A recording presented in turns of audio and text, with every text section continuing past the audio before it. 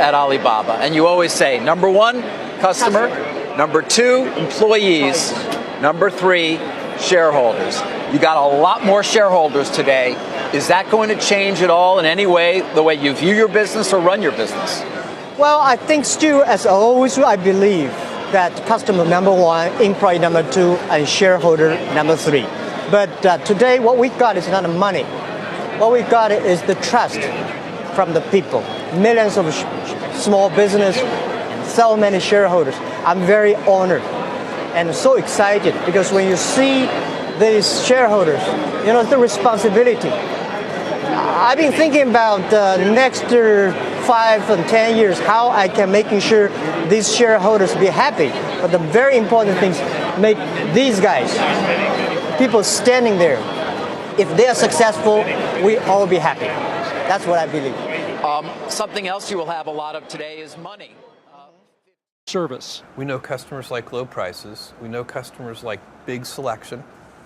And we know that customers like fast delivery. And those things are going to be true 10 years from now. They're going to be true 20 years from now. So we can count on those things and we can put energy into them. He met with us at Amazon.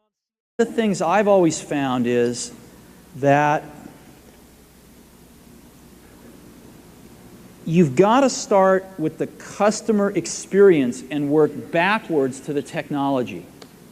You can't start with the technology and try to figure out where you're going to try to sell it. And I've made this mistake probably more than anybody else in this room. And I've got the scar tissue to prove it. And I know that it's the case. And as we have tried to come up with a strategy and a vision for Apple, it started with what incredible benefits can we give to the customer? Where can we take the customer? Not starting with, let's sit down with the engineers and figure out what awesome technology we have, and then how are we going to market that. And I think that's the right path to take.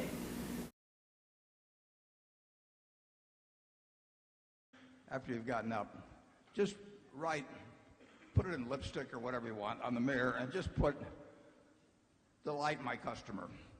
Not satisfy my customer, delight my customer.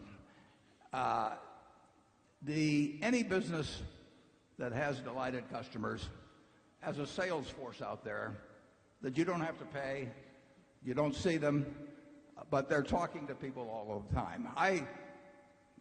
Whenever I bought my last car a few years ago, I don't remember how much I paid, but I remember the experience I had. I either went out of there feeling very good about the person that dealt with me, or I felt, you know, next time I'm going to go someplace else. So your customer is going to get to vote, they're going to get to talk, and you want them out there as salesmen for you, and they will be if you delight them. The classic example, Jeff Bezos. I mean, here's a fellow that 20 years ago had a very, very, very small business, but he set out every day to delight his customer by a fast delivery, by lower prices, whatever it took. And today, he is thinking about how to further delight his customer. He'll never quit.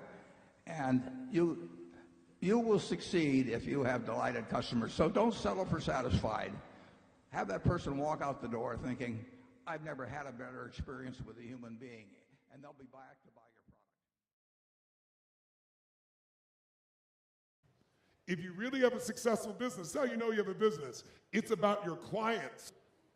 Some of you have fallen in love with your product, which will guarantee failure. You need to fall in love with your customer, or perhaps you need to fall in love with an ideal customer, not the one you have right now. In 2008, 2009, many businesses went under because they kept selling the same product or service instead of seeing what the customer needed today. Some went out of business because their customer had no money and they should have found a better customer, one that had money even in 2008 or 9.